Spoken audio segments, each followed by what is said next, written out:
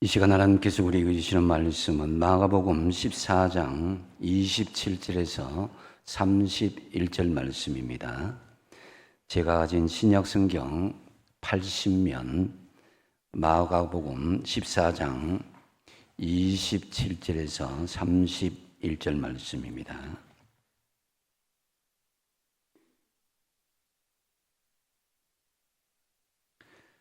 제가 봉독해 드리겠습니다.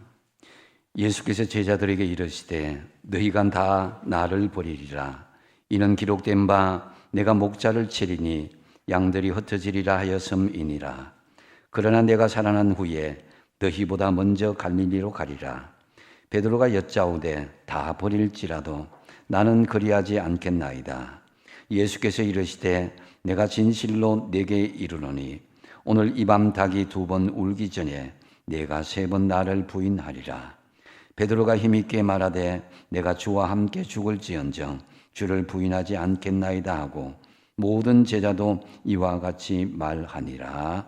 아멘. 오늘 말씀을 생각하면서 한번 따르겠습니다. 죽을지언정 끝까지 십자가의 길을 따르겠습니다. 아멘. 2026년 사순절이 시작되었습니다. 이번 사순절 기간에 우리는 좀 더 의미 있게 보내었으면 합니다. 여러분의 결단을 통해서 하나님 앞에 말씀을 더 깊이 묵상하고 또 전도를 실천하고 또한 예배를 더욱더 열심히 참여하되 새벽 기도도 여러분 동참해 보시고 또는 생활을 절제하는 훈련을 또 해보시기 바랍니다. 내가 이 사순절 기간 동안 기호식품을 한번 금식해 보겠다. 좋아하는 커피나 음식들을 한번 내가 금식해 보겠다. 아니면은 미디어 금식이나 컴퓨터, TV 아니면은 핸드폰 어떤 방식이든지 내 시간을 좀 줄이든지 내가 원하는 것을 주님을 위해서 드려야겠다는 이 마음으로 여러분 사순절 기간 동안 우리 영혼 더욱더 주님 앞으로 깊이 나아가는 시간으로 활용하시기 바랍니다. 여러분 십자가가 뭡니까? 나는 원하지 않지만 하나님이 원하시는 것, 그것이 바로 십자가입니다. 내 생각하고 다르지만 하나님의 생각을 따르는 것이 바로 십자가의 길이라고 할 수 있습니다. 그런데 대개 사람들은 이 십자가를 따르는 길을 부담스럽게 여기는 것이 사실입니다. 십자가의 길을 걸어가는 것, 예수님의 수제자 베드로는 그럼에도 굉장히 호언장담하며 자신만만하게 이야기합니다. 31절에 보니까 베드로가 힘있게 말하되 내가 주와 함께 죽을지언정 주를 부인하지 않겠나이다 하고 모든 제자도 이와 같이 말했다라고 기록하고 있습니다. 여기서 힘있게라는 헬라어 엑세리소스라는 이 말은 매우 굉장한 반복되는 그런 의미를 이야기합니다. 그래서 베드로는 반복해서 몇 번이나 이 자신이 십자가의 길을 결대로 포기하지 않고 걸어가겠다. 이게 장담했다는 것이죠. 그래서 내가 주와 함께 죽을지언정 이런 말을 가지고 흡사 전쟁터에 나가는 결연한 군사처럼 결연한 의지를 주님 앞에 표현한 것을 볼 수가 있습니다.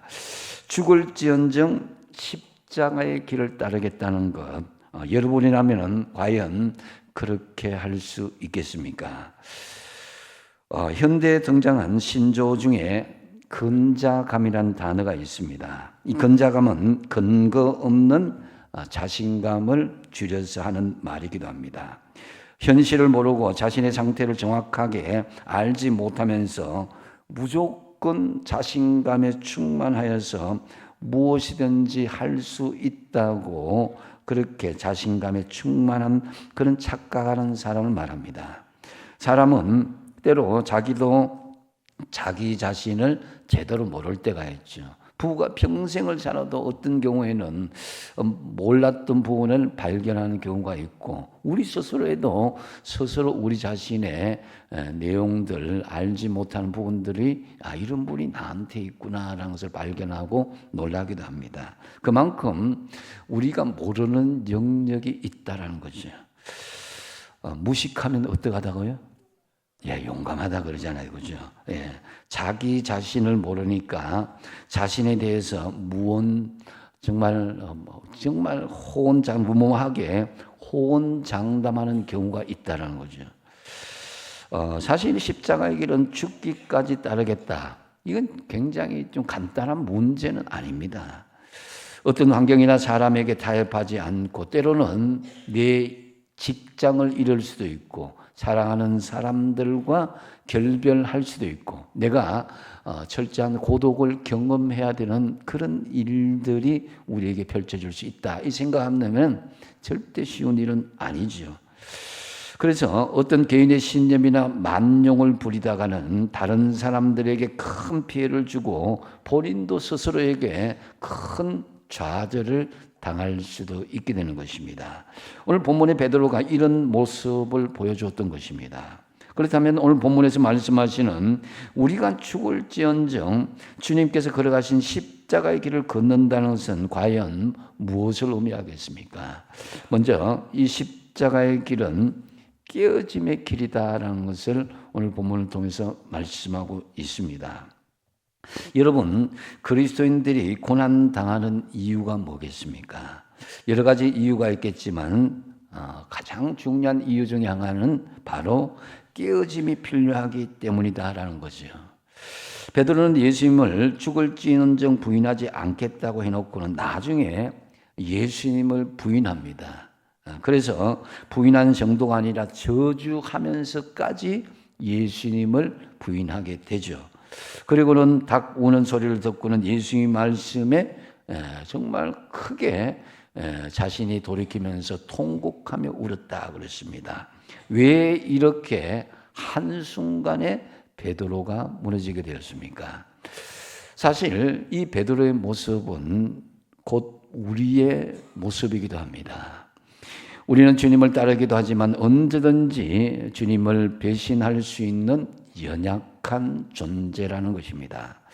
우리 자신이 연약하다는 것을 깨닫는 것은 바로 자기 존재의 부인에서 오는 것을 볼 수가 있습니다. 여기서 우리는 여러분 우리가 자존감도 중요하고 믿음 충만한 것도 중요하지만은 더 중요한 것은 우리가 지금 사는 것이 내 능력이나 확신이 아니라 하나님의 은혜로 산다는 것입니다. 이 깨어짐이 받아들이지 않으면은 자신을 거짓으로 포장하는 그런 허풍꾼으로 베드로처럼 헌정 있는 사람으로 될 수 있다는 거죠. 소련에 볼셰비키 혁명이 일어나서 공산화가 되고 공산당 선언이 있은 후에 스탈린이 제일 먼저 권력을 잡고 한 일이 무엇입니까? 이때 가장 그가 한 일은 어린 시절에 알았던 친구들을 한 사람 한 사람 죽이는 일을 가장 먼저 했다고 합니다. 이 스탈린의 이런 행동은 자기의 부끄러운 과거를 묻어버리기 위한 인간의 죄성을 너무나 잘 보여주는 내용입니다. 지금 북한의 우상화 작업도 역시 실패를 억지로 지우거나 실패를 아름답게 미화시키려는 작업도 이어지고 있습니다. 여러분들이 어릴 때 위인들의 전기를 읽어보면 대부분 그들의 일생이 아름답게 미화된 것을 볼 수가 있습니다. 물론 역사는 성자에 의해서 기록되어지긴 하지만은 그 본질로 들어가면은 인간의 본질은 깨어지고 연약한 존재라는 것입니다. 그런데 여러분 성경을 우리가 자세히 읽어보면은 이 성경은요 가감 없이 있는 그대로 표현하고 있는 것을 볼 수가 있습니다. 우리가 수많은 신앙의 위인들이 있는데 등장하는 인물 면면에 보면 하나같이 깨어지고 실패하지 않은 그런 인물이 없음을 그대로 성경은 기록하고 있습니다. 하나님께서 직접 지으신 최초의 인간 아담도 실패한 그대로 깨어진 그대로 기록되어졌고 당대 가장 의인이었던 노아도 실패한 모습 그대로 기록하고 있습니다. 이스라엘의 최초의 족장이다 믿음의 족장인 아브라함도 마찬가지로 실패와 깨어짐의 경험을 그대로 성경은 기록하고 있고 가장 뛰어난 모세도 마찬가지로 하나님의 그런 실패한 그런 경험들을 그대로 성경은 표현하고 있고, 또 하나님의 마음에 합한 사람이라는 칭함을 듣고 성경에 700번이나 이름이 거명되는 다윗도 그 실패의 경험들을 성경 속에서 생생하게 기록되어져 있는 것을 볼 수가 있습니다. 다 자아가 실패하고 깨어진 모습 그대로 드러내게 된 것을 볼 수가 있죠. 그럼에도 불구하고 이 성경의 수많은 믿음의 선진들, 그들을 결코 실패자와 낙오자라고 하지 않습니다. 중요한 것은 뭡니까? 실패 자체보다도 실패 이후에 그 다음 단계, 깨어지고 난 뒤에 그 다음 단계가 중요한 것이죠. 반면 가룟 유다는 실패 후에 자아에 대한 통렬한 깨어짐이 없이 자기의 길을 걸어가다가 스스로 자기 목숨을 끊는 일이 벌어지게 된 것입니다. 그런데 베드로는 닭 울음소리를 듣고 뛰쳐나와서 통곡하며 울었다고 그랬습니다. 이 닭 울음소리는 단순한 소리가 아니라 주님의 음성이었습니다. 주님의 말씀이 생각되어지자 자아가 깨어지고 통곡하며 울었다라는 거죠. 우리가 십자가의 길을 걸어간다면 바로 이런 자아의 깨어짐과 하나님 앞에 온전한 그런 내어짐이 있어야 된다는 거죠. 이처럼 실패하였던 베드로를 보면서 우리는 우리 스스로도 얼마나 연약한 실체인가를 알아야 될 것입니다. 나 혼자는 할 수 없고 하나님 없이는 못합니다라는 그런 우리 자아에 대한 분명한 본질의 정체성을 잊지 말아야 될 것입니다. 아무리 잘 나가고 아무리 남들이 칭찬하고 높여준다 할지라도 우리 본질 깊은 곳에 들어가면 우리는 연약하고 깨어질 수밖에 없는 존재다라는 거죠. 그래서 사실 우리의 하시는 모든 사업도, 일터의 모든 일들도, 자식도, 심지어 여러분 지금 호흡 한번 하는 것조차도 내 마음대로 하지 못하는 것이 우리의 존재라는 거죠. 여러분, 우리가 주님이 걸어가신 십자가의 길을 걸어간다면은 우리 자아를 철저하게 깨뜨리시는 저와 여러분이 되시기 바랍니다. 당대 최고의 지성이었던 성 어거스틴은 이렇게 이야기합니다. 내가 아는 것은, 가장 큰 지성이면서도 내가 아는 것은 바다의 한 바가지 바닷물 정도다는 거예요. 내가 한 바가지 바닷물 정도다, 내가 아는 것은. 욥기 25장 6절에 자신을 스스로 이야기하기를 나는 구더기 같은 사람이요 벌레 같은 인생을 살고 있다, 이렇게 고백합니다. 또한 이사야 선지자도 이사야서 41장 14절을 보면 나는 버러지 같고 벌레 같은 인생이다 라고 그렇게 인간 스스로를 그렇게 고백하고 있는 것입니다. 하나님 없이 뽐내고 뻐길 것은 알고 보면 아무것도 없다는 것이죠. 내가 아무리 높은 명예와 아무리 많은 물질과 자녀와 가족의 복을 이루었다 할지라도 주님 앞에서는 주님, 나는 아무것도 아닙니다. 내가 한 것이 아니라 주님께서 나를 통해서 이루어 주신 것입니다. 그래서 철저히 자기 존재의 부인과 함께 자아의 깨어짐이 있는 가운데 주님 십자가의 길을 걸어가는 저와 여러분 되시기 바랍니다. 27절 상반절에 보면은 예수께서 제자들에게 이르시되 너희가 다 나를 버리리라. 예수님은 십자가의 길을 걸어가면서 따르던 제자들이 하나같이 배반하게 될 것이며 그로 인해서 예수님은 철저한 고독 속에 버려질 것을 알고 계셨습니다. 이 말씀에 대한 구약의 말씀이 스가랴 13장 7절 중반절에 이렇게 말씀합니다. 가라, 깨어서 내 목자, 내 짝된 자를 치라 그랬습니다. 이게 무슨 말이냐면은 하나님께서는 장차 하나님의 짝인 예수 메시아를 칼로 치라는 명령을 내리게 된다는 것입니다. 온 인류의 죄를 예수님께서 대신하여서 십자가에서 깨어지게 된다는 말씀인 것이죠. 내가 찢기고 깨어져야 하는데 예수님께서 찢기고 깨어지게 된 것이다라는 거죠. 27절 하반절에 이는 기록된 바 내가 목자를 치리니 양들이 흩어지리라 하였음이라 그랬습니다. 예수님 그 목자가 잡히시는 일로 절망에 빠진 제자들, 그 양들이 흩어지게 된다는 거죠. 이때 제자들은 철저하게 정말 목자 없는 양처럼 자아가 깨어지는 경험을 하게 되었습니다. 이것이 십자가의 길을 걷는 사람들에게 필연적으로 일어나게 된다는 사실입니다. 예수님이 걸어가신 십자가의 길을 걷기를 원하시는 사랑하는 성도 여러분, 십자가 앞에서 우리의 자아를 먼저 깨뜨리시는 저와 여러분 되시기 바랍니다. 여러분, 주님 앞에서 우리는 그만을 떨기보다 우리의 약함을 드러낼 수 있어야 될 것입니다. 그래서 주님, 저의 힘으로는 십자가의 길을 걸어갈 수 없습니다. 나의 약함을 깨뜨려 주시고 끝까지 주님 주신 십자가를 제가 지고 가겠습니다. 이런 고백이 있어야 될 것입니다. 그래서 사도 바울은 고린도후서 12장 10절에 이렇게 고백합니다. 같이 한번 읽어보겠습니다. 시작. 그러므로 내가 그리스도를 위하여 능욕과 궁핍과 박해와 곤고를 기뻐하노니 이는 내가 약한 그때의 강함이라. 아멘. 여러분, 주님 앞에 우리가 깨어지고 낮아지고 약함을 드러내는 것은 결코 부끄러운 것이 아닙니다. 오히려 하나님 앞에서 완고하고 자만에 빠져서 약함을 드러내지 못한 것이 부끄러운 일인 것입니다.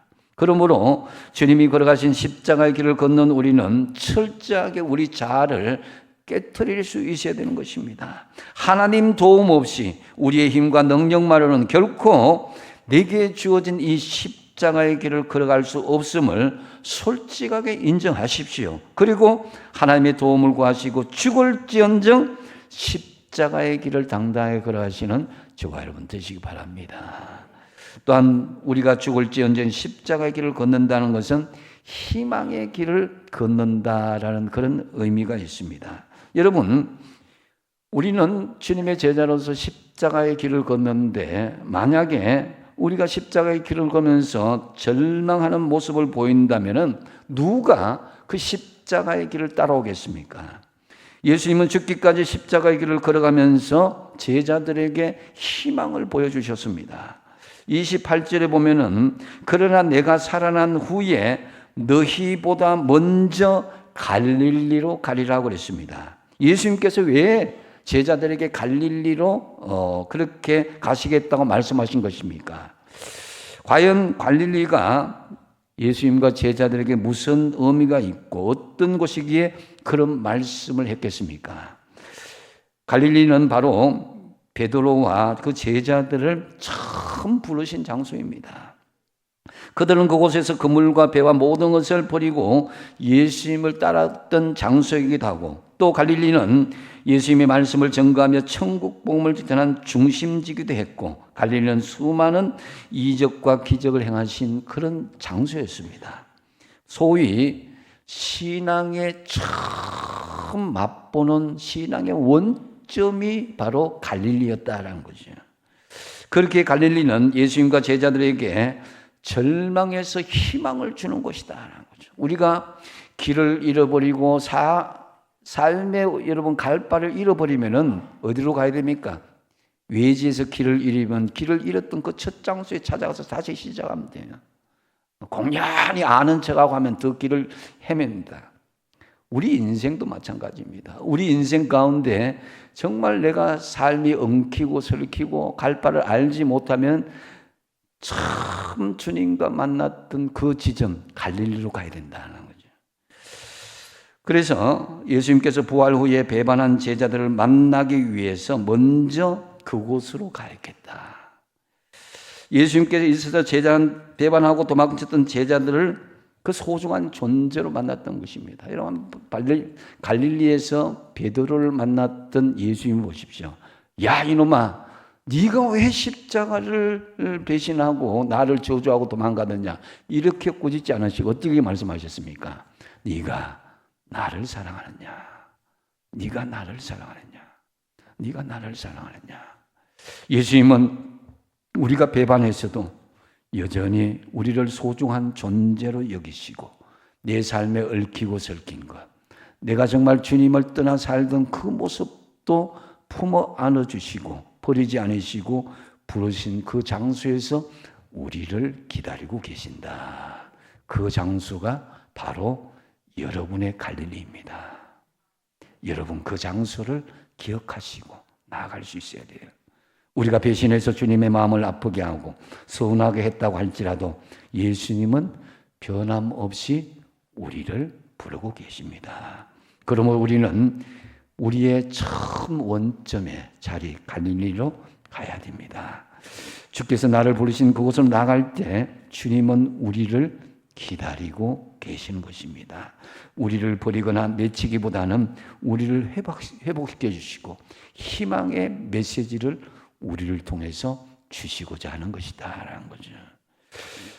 그래서 예수님은 제자들이 배신하고 그 다음에 십자가에 달리시고 그리고 예수님께서 갈릴리로 기다리겠다 이 일정을 쭉 하신 거예요. 우리는 어떻습니까? 나를 배신한 사람이 있으면 보기도 싫고 만나기도 싫다. 그런데 주님은 그 스케줄을 다 아시고 내가 갈릴리에서 기다리겠다. 이게 뭡니까? 그럼에도 불구하고 내가 너희들에게 희망을 주겠다는 거죠. 베드로전서 1장 6절에 보면은 그러므로 너희가 이제 여러 가지 시험으로 말미암아 잠깐 근심하게 되지 않을 수 없으나 오히려 크게 기뻐하는도다 그랬습니다. 여러분, 우리는 잠깐 근심하게 되고 잠깐 혼란스러울 수도 되고 잠깐 고난을 겪을 수가 있지만은 그러나 그 일을 통해서 우리가 오히려 크게 기뻐하는도다. 그래서 여러분 여기서 여러 가지 시험이라 그랬는데 영어 성경에 보니까 all kinds of trial 그랬습니다. 이게 뭡니까? 온갖 종류의 시험들. 이것이 잠깐 우리를 근심하게 될 수 있다. 우리 인생이 그랬다는 거죠.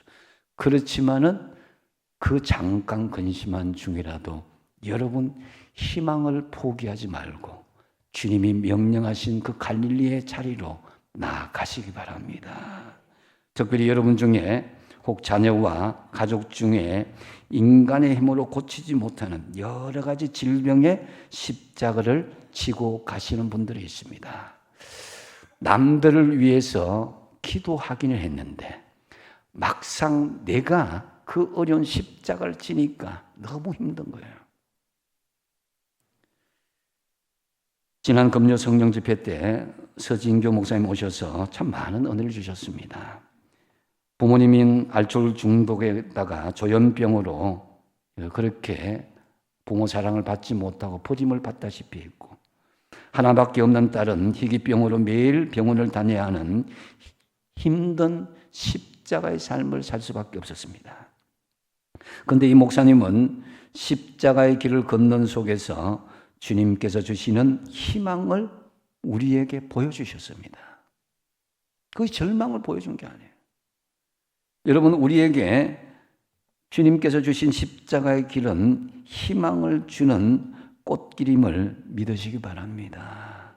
만약에 지금 여러분에게 견딜 수 없는 십자가의 길이 지금 주어졌다면은 하나님은 우리를 죽음에 이르게 하는 것이 아니라 그 일로 말미암아 소망을 주고 희망을 주기 위한다는 것을 믿고 십자가의 길이지만 희망의 자리, 주님과 만나는 자리인 갈릴리에서 주님과 만나시기 바랍니다. 세 번째로 본문이 주시는 이 십자가의 길의 의미는 정직한 길로 간다라는 그런 의미가 있습니다. 여러분, 우리 안에는 자신의 힘과 능력만으로도 얼마든지 우리의 신앙생활과 삶의 모든 부분을 잘할 수 있다는 그런 교만함이 혹시 살아있지는 않습니까? 깨지지 않는 자아가 살아있고 고집이 살아있다면 십자가의 길은 자칫 엉뚱한 데로 갈 수도 있다는 것입니다. 자신의 힘과 능력만으로는 도저히 십자가의 길은 우리가 견뎌낼 수 없습니다. 남들에는 내가 잘하는 것처럼 보여도 내 혼자 주님과 독대하게 되면 나는 무너지는 경우가 많이 있습니다. 그럴 때에 주님 앞에 여러분 정직해야 돼요. 우리의 신앙이 베드로처럼 내가 끝까지 내가 주의 길을 가겠습니다, 이게 아니라 주님 저 연약합니다, 어떻게 하면 좋아요, 이렇게 나가야 되는 거예요.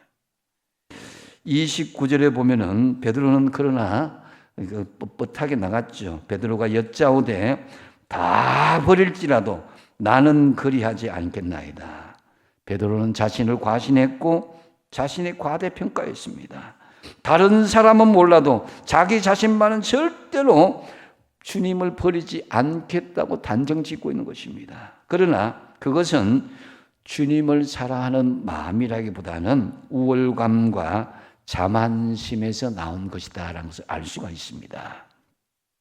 그래서 다른 제자들도 마찬가지로 주님을 배신하지 않을 것이라고 장담했지만, 그러나 얼마 지나지 못되어서 그들은 스스로 넘어지고 깨어지고 말았습니다.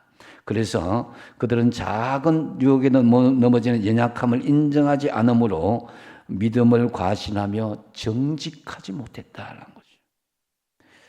30절에 예수께서 이르시되 내가 진실로 네게 이르노니 오늘 이 밤 닭이 2번 울기 전에 내가 3번 나를 부인하리라고 그랬습니다. 베드로가 예수님의 말씀을 부정하려 들자 예수님은 다시 한번 재차 강조하시면서 내가 진실로 네게 이르노니 그랬습니다. 오늘 이 밤 닭이 2번 울기 전에 내가 3번 나를 부인하리라. 예수님은 그 연약함을 알고 계셨던 것이죠. 우리는 주님 앞에 또 다른 사람 앞에 우리 믿음이 정직할 수 있어야 됩니다. 약하면 약하다고, 없으면 없다고 드러내는 것 절대 부끄러운 게 아닙니다. 사실 이번에만 예수님이 베드로에게 강조해서 말씀하신 것이 아닙니다. 바로 몇 시간 전에 예루살렘 다락방에서 이미 예수님은 같은 사실을 베드로에게 강조하며 말씀했습니다. 그런데도 베드로는 예수님의 말씀을 심각하게 듣기를 거절했습니다. 자신을 과신하고 교만했던 것입니다. 사실 베드로가 다시 똑같은 경고를 예수님께 받았을 때 어떤 태도를 가져야 되겠습니까? 주여, 제가 어떻게 하면 좋겠습니까? 저는 잘 알지 못합니다. 주여 깨닫게 해주십시오라고 주님의 도움을 요청하고 은혜를 구해야 되지 않았겠습니까? 그런데 베드로는 정직하지 못했습니다. 여러분, 기도를 할 때, 여러분 신앙생활 할 때 사람을 의식하거나 하나님 앞에 그만을 떨거나 그렇게 할 필요 없습니다. 정직하시기 바랍니다. 십자가의 길은 포장하는 것이 아니라 정직한 길입니다. 그래서 여러분, 신념은 신앙과는 다른 것입니다. 신념이 강한 사람은 자존심도 강하기 때문에 어떻게든 자신의 존재를 나타내려고 부정직하게 자신의 약점을 감추려고 합니다. 그러므로 우리는 신념으로 신앙생활을 하기보다는 정직한 신앙의 자세로 하나님의 은혜와 도움을 구해야 될 줄 압니다. 아무리 우리가 성경을 많이 읽고 기적과 치유를 경험하고 각종 방언과 은사를 체험했다고 해도 절대 믿음을 과신하거나 자신을 부풀리지 마십시오. 모든 것은 하나님께서 주신 것입니다. 나는 아무것도 아닙니다. 다 하나님께서 하신 것이잖아요. 우리가 지금 이 자리에 있게 된 것은 다 하나님의 은혜잖아요. 내가 이룬 것은 아무것도 없습니다. 내가 죽을지언정 십자가의 길을 걷겠습니다라고 이 고백조차도 그것은 내가 혼자 하는 것이 아니라 주님께서 함께 하시기 때문에 우리가 죽기까지 십자가의 길을 걷겠다고 결단할 수 있는 것입니다. 여러분, 하나님 앞에 이런 정직한 믿음으로 십자가의 길을 걸어가시기 바랍니다. 말씀을 맺습니다. 로마서 8장 35절에 십자가의 길을 끝까지 걸어간 바울의 고백을 우리가 같이 한번 읽어보겠습니다. 시작. 누가 우리를 그리스도의 사랑에서 끊으리요? 환난이나 곤고나 박해나 기근이나 적신이나 위험이나 칼이라. 그러나 이 모든 일에 우리를 사랑하시는 이로 말미암아 우리가 넉넉히 이기느니라. 아멘. 여러분, 우리에게 주어진 십자가의 삶, 우리를 사랑하시는 주님 때문에 우리가 넉넉하게 이겨낼 줄로 믿으시기 바랍니다. 어떤 모양이든지. 그래서 죽을지언정 주님께서 걸어가신 십자가의 길을 우리가 걸어가는 것은 첫 번째로 뭐라고 했습니까? 깨어짐의 길이다라는 거죠. 철저히 자기 존재의 부인과 함께 자아의 깨어짐이 있는 십자가의 길을 걸어가십시오. 두 번째 뭡니까? 희망의 길을 걸어가는 것이다라는 거죠. 여러분 갈릴리로 돌아가라고 했습니다. 크게 희망이 있습니다. 얽히고 설킨 것 여러분 그대로 주님 앞에 제로점 원점에서 시작할 수 있어야 돼요. 내가 처음 주님을 만나고 감격할 때, 내가 낮아지고 정말 주님 앞에 통곡할 때 그 자리를 돌아가야 된다는 거예요. 세 번째 뭡니까? 십자가의 길은 정직한 길이다. 포장된 자아와 자존심을 내려놓고 솔직하게 정직한 자세로 내가 죽을지언정 내가 십자가의 길을 걷겠습니다 라고 걸어가십시오. 특별히 사순절을 시작하면서 주님께서 내게 주신 십자가의 길을 죽을지언정 걸어가는 훈련과 연단의 기간을 한번 삼아 보시기 바랍니다. 야, 내가 이 죽기까지 힘들다. 이런 연단이 있어야 된다는 거지. 본문에 베드로처럼 정말 헌으로 그냥 죽을지언정 주님을 가겠습니다. 따라가겠습니다. 이게 아니라 실제로 여러분들이 십자가의 길을 이겨내고